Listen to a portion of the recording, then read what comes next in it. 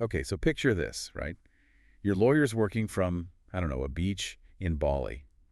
AI is like sifting through contracts, and you've got legal battles spanning continents. That's the kind of wild future of law we're diving into today. Wild is a good word for it. Yeah. Yeah. So we've got a ton of research, on how tech, globalization, even just like what clients want is totally reshaping the legal world. It's not sci-fi anymore. Right. It's happening now. It's happening now. And the research you've brought in, it really shows just how big these changes are. So one stat that just like blew my mind.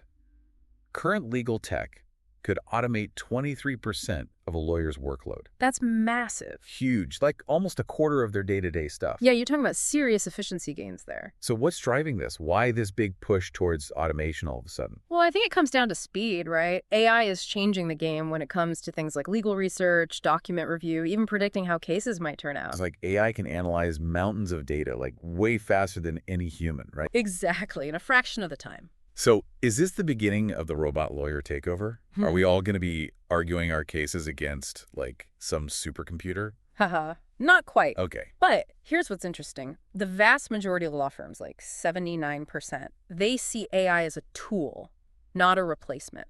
They think it'll actually empower lawyers to focus on more, strategic, complex work. So less paperwork, more big picture thinking. Exactly. That makes sense. Yeah. But what about the lawyers who, like, specialize in the stuff that's being automated? Where do they fit in? That's the million-dollar question, right? Yeah. I think we're going to see a need for more lawyers who can work alongside AI, interpreting results, ensuring accuracy, and applying that knowledge to more complex legal strategies. So it's not just knowing the law, it's knowing how AI fits into the legal system. Exactly. It's a whole new skill set. Okay, so we've got AI changing things, but there's another huge force at play. Globalization. Yeah, for sure. Businesses aren't staying put, and their legal issues aren't either, right? Yeah. So what does that mean for the legal profession? It means we're moving towards a legal world without borders. Right. We need lawyers who can handle international legal issues, cross-border transactions, navigating all these different legal systems. It's like the Wild West of law out there. Kinda, yeah. So lawyers need to be like global citizens too, right? Understanding different cultures, business practices. Absolutely. The rise of the international lawyer is a direct result of this more interconnected world. It's kind of like the bridge between different legal systems. Yeah, exactly. Ensuring things run smoothly and resolving disputes across continents. And let's not forget the clients, right? I bet they've got some strong opinions about how they want legal services delivered these days. Oh, absolutely. Clients are a major driving force. Yeah. They're more demanding than ever, expecting transparency, easy access to information, tech-savvy solutions. Think about your own experiences. Oh, totally. How has technology changed what you expect from, like, any service provider? Oh, I'm all about efficiency and convenience. Right. Like, I want things done quickly. I want to be kept in the loop. And I need easy access to information. Exactly. If a company isn't tech savvy, I'm gone. And it's the same in the legal world. Makes sense. Clients are bringing those same expectations to their lawyers. They're comfortable using technology, and they expect their legal representation to be just as up to date. So that's where we see these, what are they called? Alternative legal service providers? ALSPs. Exactly. ALSPs. Yeah, I've heard the term, but like, what are they really? Think of them as specialized legal boutiques, Okay. offering very specific services, Okay. often at a lower cost than, your big traditional law firm. Hmm. They're really leaning into technology to streamline everything they do. So instead of one big firm for everything, you go to an ALSP for a specific thing, like contract review, intellectual property stuff. Exactly. It's like seeing a specialist doctor instead of a general practitioner. Right, right. And they're using tech to be more efficient, more affordable. Exactly. Yeah, right. And this puts pressure on the traditional firms to adapt. They can't ignore this demand for, tech-driven solutions and a more client-focused approach. It's like a shakeup of the entire legal landscape. There really is, yeah. So with all this happening, law schools must be scrambling to keep up. Oh. Are they actually adapting? Like, are they preparing future lawyers for this brave new world. They are, and it's fascinating to see how they're doing it. They're integrating legal tech right into the curriculum, teaching students how to use AI tools, data analysis software, all the cutting-edge stuff. So it's not just about hitting the books anymore. Nope. It's about, like, being tech savvy, understanding how to actually use these tools. Exactly. I'm curious, like, what are some of the most innovative approaches you've seen? Well, one that really stands out is Harvard Law. Okay. They're offering programs specifically on the future of legal. Wow, if Harvard's doing it, you know it's a big deal. Yeah, it really is. So legal education's undergoing a major transformation. Huge transformation. But with all this emphasis on tech, are we, like, losing the human element of law? That's a valid concern. Yeah. It's definitely something to think about, but I don't think it's an either situation. Okay. Technology should enhance a lawyer's role, not replace it. It's about that balance, right? Yeah, using tech to be more efficient, more effective, but never forgetting those core human aspects of law. What other challenges and opportunities do you see for lawyers in this, like, rapidly changing world? Well, keeping up with tech is a big one. The legal tech landscape is constantly evolving, so lawyers need to be agile, embrace continuous learning. But isn't that also an opportunity? Huge opportunity. It opens up new areas of specialization like data privacy, cybersecurity, AI, law. It's like a whole new frontier for legal professionals. Absolutely. So it's not just about adapting to change. It's about, like, embracing the possibilities that come with it. Exactly. The future of law isn't just about technology. It's about the people who shape and use it. Yeah, it really feels like we're at this turning point for the whole legal profession. We are. It's not just, like, knowing the law anymore, right? Yeah. It's data analysis, understanding algorithms, maybe even coding. You're right. The lawyer of the future, they're not just a legal scholar anymore. They're a tech-savvy problem solver, Yeah. fluent in the language of law and the language of technology. It's cool to see law schools, like, stepping up, though. It is. Like we said, Harvard's got that Future of Legal program. Yeah. They're recognizing things need to change. They do, and it's not just the elite schools either. Really? All across the board, law schools are incorporating more practical skills training, Like what? client communication, negotiation, even legal design thinking. Legal design thinking. Okay, I'm not familiar with that one. It's a really interesting approach, actually. Okay. It's about applying design principles to the legal world, making legal services more accessible, more user-friendly for clients. So instead of, like, all that dense legalese, Exactly. it's about making the law more intuitive, more understandable. Exactly. Recognizing that law impacts real people. Yeah. And they deserve legal services that are clear, efficient, and tailored to their needs. It's like taking that user-centric approach. Exactly. Like how tech companies design their products to be easy to use. Exactly. And, you know, this ties back to what we were saying about client expectations. Right. Clients aren't just passively receiving legal services anymore. Right. They're active participants. They demand transparency, efficiency, a more collaborative approach. It's more of a partnership. Absolutely. Lawyer and client working together. And technology helps facilitate that partnership. Yeah. Secure client portals, video conferencing, even AI-powered chatbots. So it's more accessible, more convenient. More responsive to client needs, for sure. But I can also see how this, like, rapid pace of change, it could be a bit overwhelming, right? It is, especially for lawyers who are used to the traditional way of doing things. So for someone listening, maybe thinking about a legal career, Yeah. what advice would you give them? What skills should they focus on? First and foremost, cultivate a growth mindset. Okay. Be curious, adaptable, and eager to learn, especially when it comes to technology. So it's not just about, like, mastering the law. Right. It's about being a lifelong learner. Absolutely.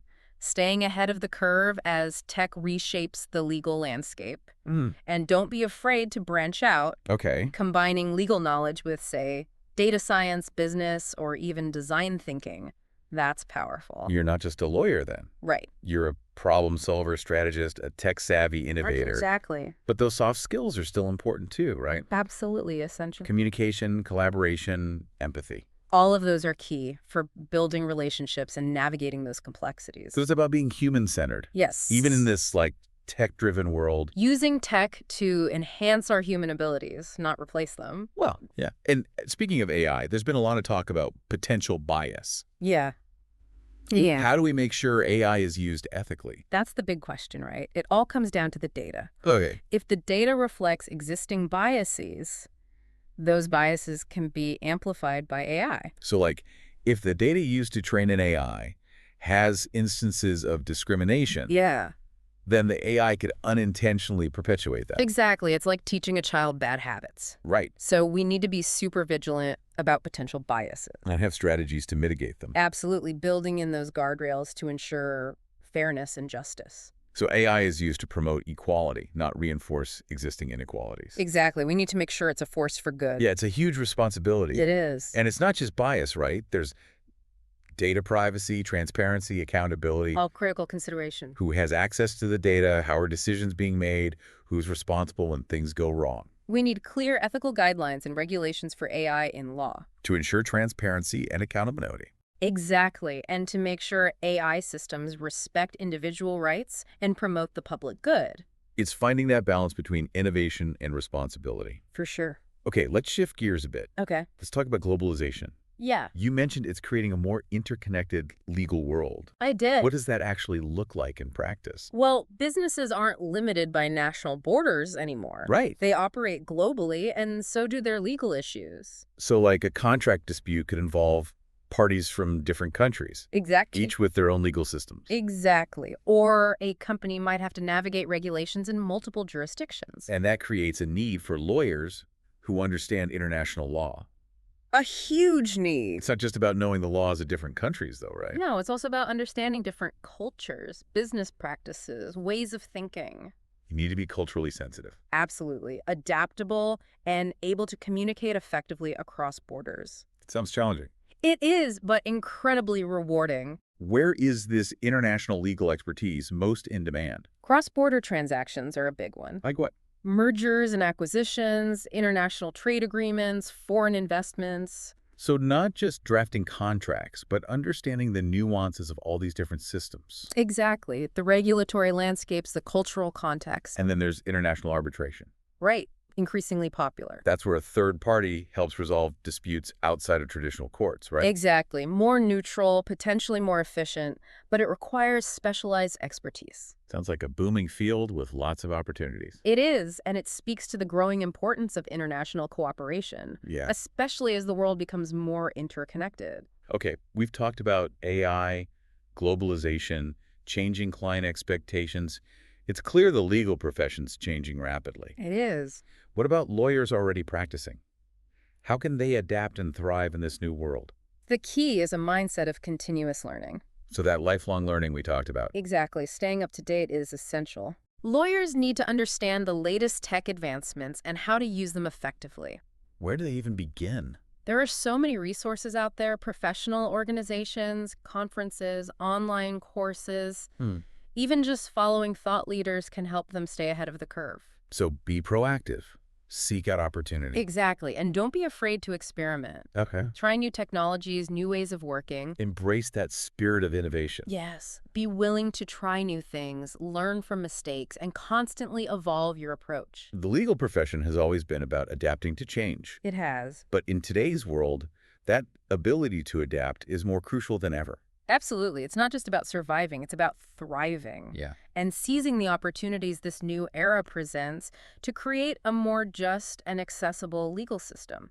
You know, it's interesting to think about how all these changes impact, like, not just lawyers, but everyday people like us. Yeah, The absolutely. future of law is really a conversation for everyone, right? It is, you're right. We need to be part of this discussion. Yeah. It impacts all of us. You know? Every aspect of our lives. So we got to understand how these changes, like, might actually affect us. It's crucial to be informed. Yeah, it's easy to think of law as this, like, separate thing, right? Right. But it's really the foundation of, like, everything. Yeah, it's all around us. Contracts, regulations, like, it's everywhere. And as technology changes that framework, we need to understand how it works. Yeah, be more informed. Exactly. So it's not just lawyers adapting, it's about, like, everyone becoming more legally literate. Yeah, more aware of your rights, your responsibilities. Especially in this, like, ever-changing world. And that's where things get really interesting. How so? Well, as technology makes legal information more accessible, it empowers people to, like, take control of their own legal affairs. So does that mean we can, like, handle everything ourselves? Well, while AI can definitely help in certain situations, Okay. it's important to remember law is complex. Right. For anything complicated, you still need expert advice. Yeah, that makes sense. And remember, tech keeps changing too.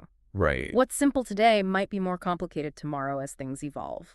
So staying informed, being adaptable, that's key. Absolutely. Oh, okay. So what about the potential benefits of this increased access to legal info? Oh, there's so many possibilities. Like what?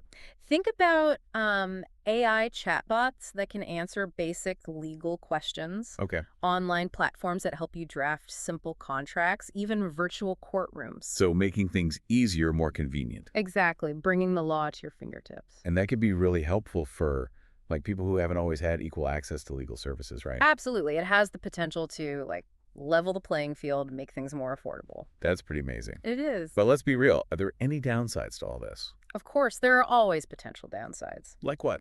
Well, one concern is the digital divide. Right. Not everyone has access. Exactly, and that could create new inequalities. So we need to be careful. We do. We need to make sure everyone benefits from these advancements. So investing in digital infrastructure, providing training, Absolutely. And designing tech that's accessible to everyone. and we have to address that potential for bias in AI, Absolutely critical. making sure it's used We fairly. need to be vigilant about that. It's a lot to think about. It is. But this fusion of law and tech, it's going to have a huge impact. No doubt about it. What's the one thing you want listeners to take away from all this? Embrace change. Great. The legal profession is evolving rapidly. Yeah. And those who learn and adapt, they'll be the ones who thrive. And it's not just about lawyers, right? It's about all of us staying informed, participating in these conversations, Absolutely. using our voices to create a more just world. That's what it's all about. So there you have it, folks. Yeah. A deep dive into the future of law. Where the lines are blurring. And tech is driving change. The future is uncertain, but we're all shaping it together. Thanks for joining us, everyone. It's been a pleasure. And remember, the future of law is in our hands.